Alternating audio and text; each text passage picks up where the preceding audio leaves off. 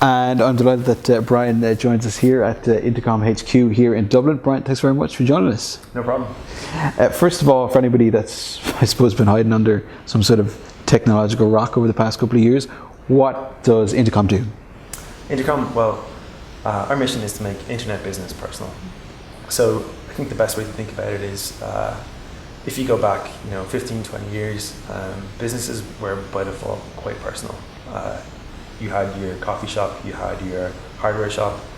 It was easy to see who was browsing, who was getting lost, who needed your help, and who was a regular customer. But it was pretty difficult to sell to anyone who wasn't in the same town as you. Like maybe you could sell to someone in a city away from you, but certainly not in a different country to you. And then the internet came along, and I think we'd all agree that's a good thing. And the internet just added scale to business. For free, it just came along. Like you've got to do work on the internet to stop someone buying your product from another country. With that scale, though, kind of lost the personal touch.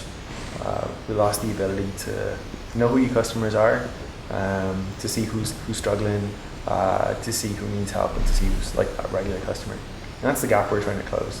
I think the best example for me is, a simple example is if you've got a to-do list application and someone signs up and after 8 hours they still haven't created a single to-do list item. They either hit your product or they can't use it. So it's probably a good idea to get in touch with them and to see. And that's pretty much what Intercom lets you do. And where does the story of Intercom begin? Because it's got Irish people at its head, but it is an American company. Am I right in saying that? That's where it all began? Yeah, so it's for Irish founders. They started off with a consultancy company called Contrast back in the mid-2000s. Contrast was a pretty epic company. I remember I was working at a much smaller company at the time, and I saw the Contrast blog, and I remember reading it and thinking, like, oh my God, these people are so smart. They know what they're doing.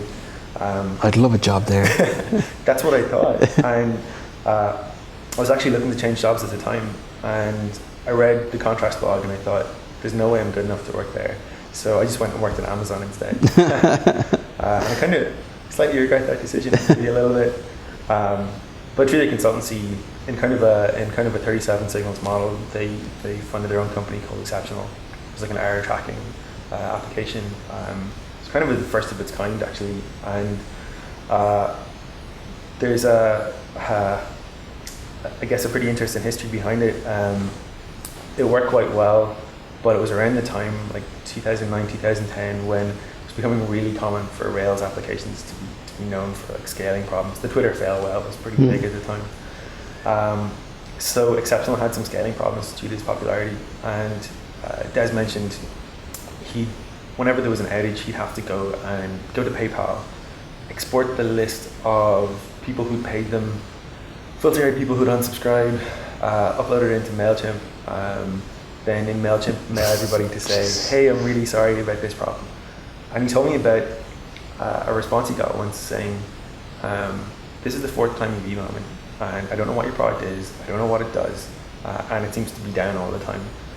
And it was really because this was some finance person who'd signed off on the $9 a month or whatever Exceptional cost, who wasn't a developer, who didn't see the value of it, and just got these emails that were completely irrelevant to them. So they had this idea of just popping this little in-app message, and it was the first in-app message anyone ever sent. It seems such a simple concept now, but I don't think it was so obvious at the time. And that way they were able to message people when it was more relevant, when they could see it. If you weren't impacted by the outage, you didn't have an email to deal with. And I think over time, that little box and being able to see who just received that message, that live updating list of who is looking at the application right now, just became so appealing to them. They sold Exceptional to Rackspace, but as part of the deal, they carved out that little box and said that's our business, and Rackspace were fine with that. So if you, I suppose, look at the market as well, like you've got people like Facebook who deal with the kind of in-app with their messenger. You've got companies like Slack and people like that too. So where does Intercom stand between them as well? Because for Facebook, it seems as this obviously it's from a social point of view, but are you more of an internal kind of network platform? Well, I think for us, it's about whatever way consumers and customers want to talk to a business. I think Facebook, even with their move into, I think, relaying the message more towards business, it's pretty cool and it's sweet. It works really well, but ultimately it's a serve the Facebook platform. So I don't think you'll ever see Facebook build a Twitter integration, for example, or anything that takes you out of that Facebook ecosystem. Whereas for us, it really doesn't matter the channel. We're always experimenting with new channels and different ways to reach people. For us, whatever is the most convenient, I guess, least friction route. So if that's Facebook, that's cool. If it's Twitter, if it needs to be SMS, whatever it needs to be. You have, am I right in saying you have 1 billion monthly users of your application right now, or close to it? Is that fair enough? So we've got 13,000 customers using us, and all of their end users combined gets us to about 1 billion internet users that interact with Intercom in some way.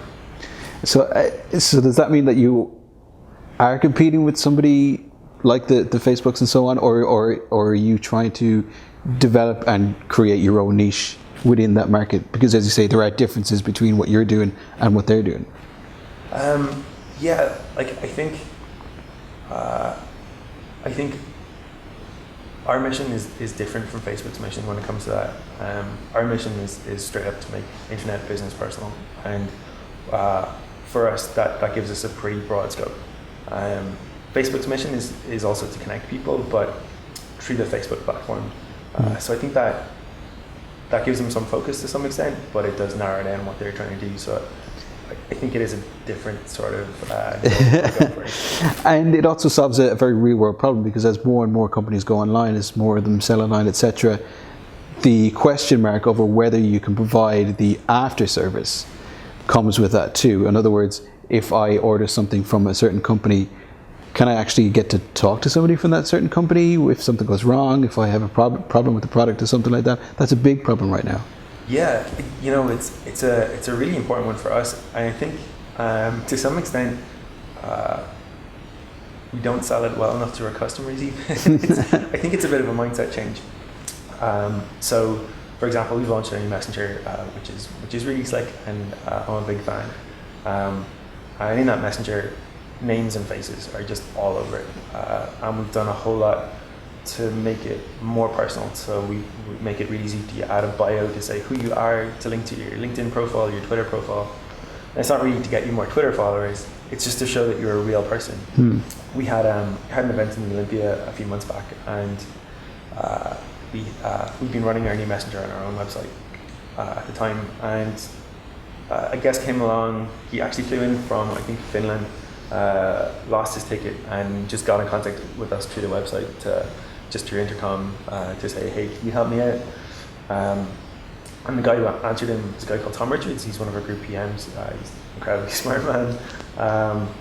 And he just responded to him and sorted him out with a ticket, and it was fine.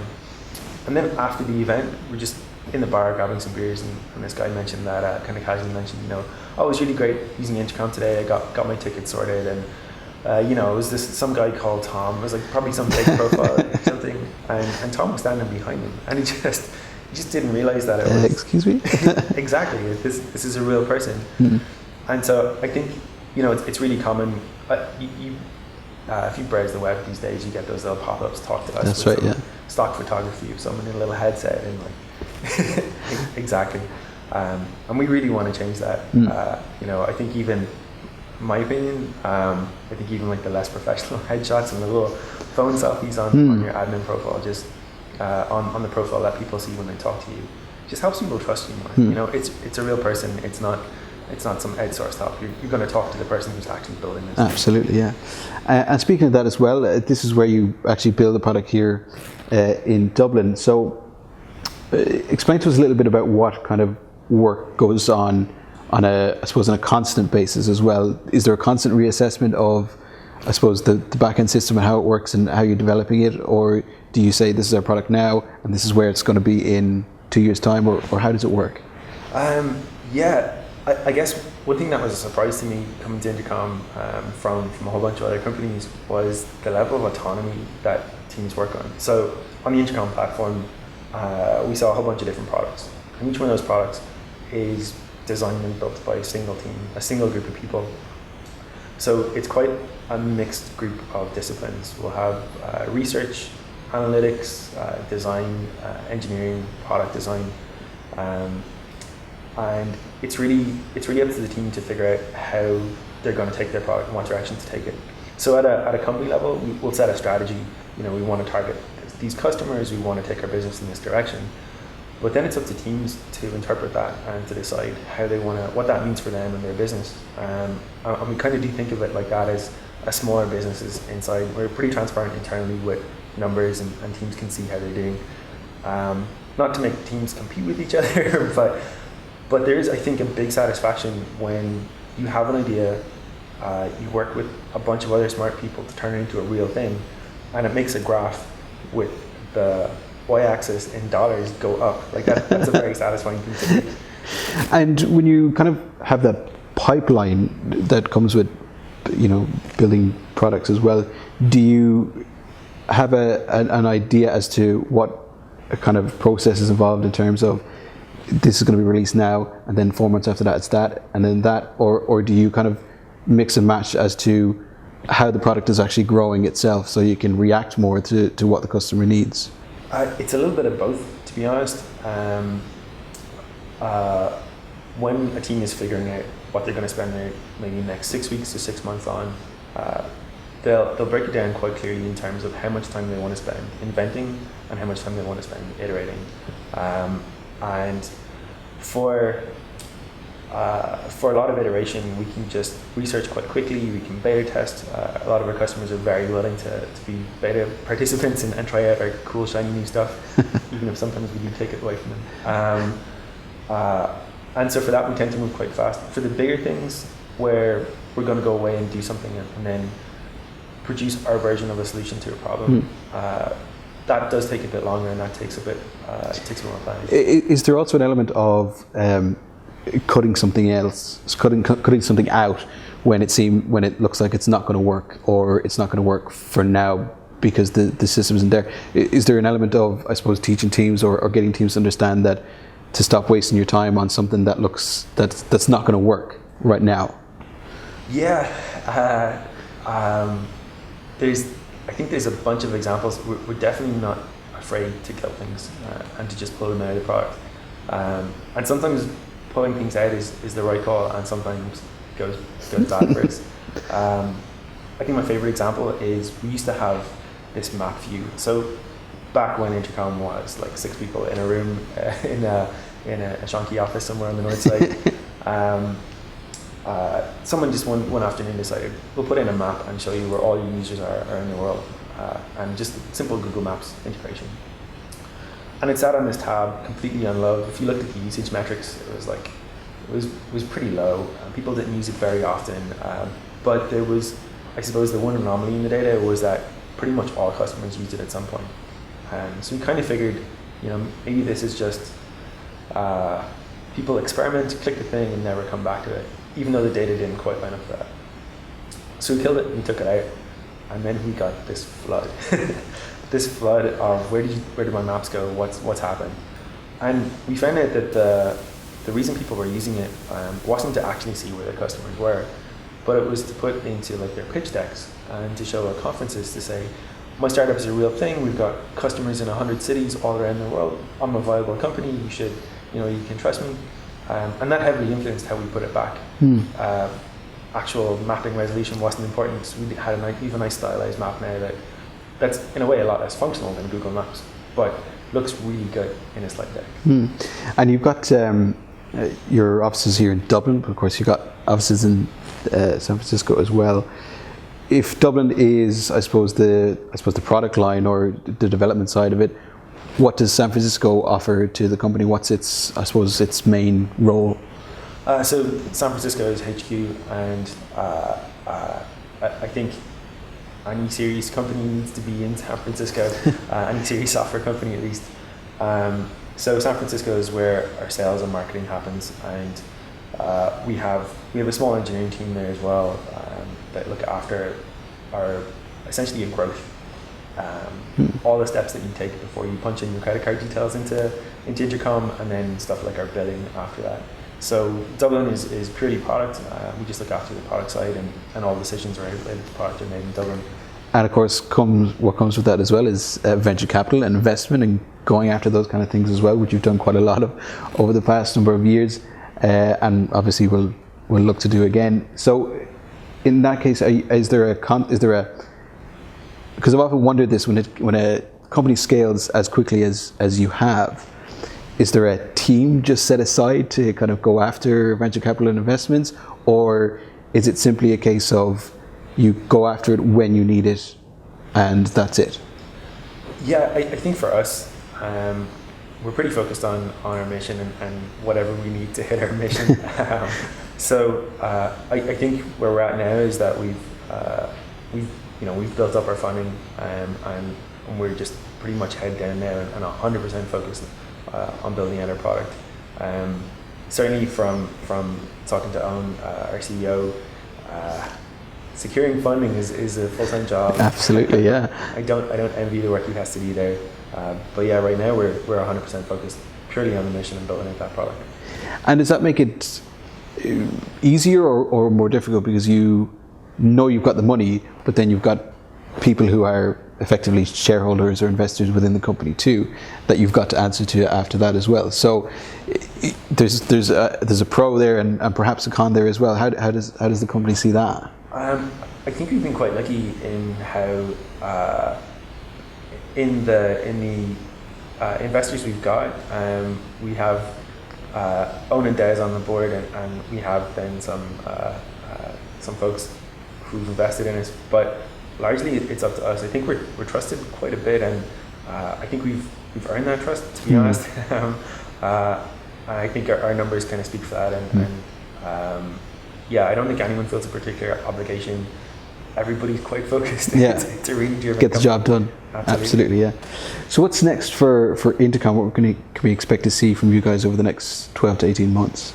I think we'll continue to iterate on what we've got, but I think there's some really interesting areas where we're going to invent some new stuff. I think the process for how we build products it's pretty interesting. We talk a lot about first principles. So any area that we move into, any new product that we spin up, we really work hard to go from what's the problem that we're trying to solve here, and what's the first principles approach. We don't want to build a better version of what someone else has built. We want to figure out what the problem is and then figure out the best way to solve it.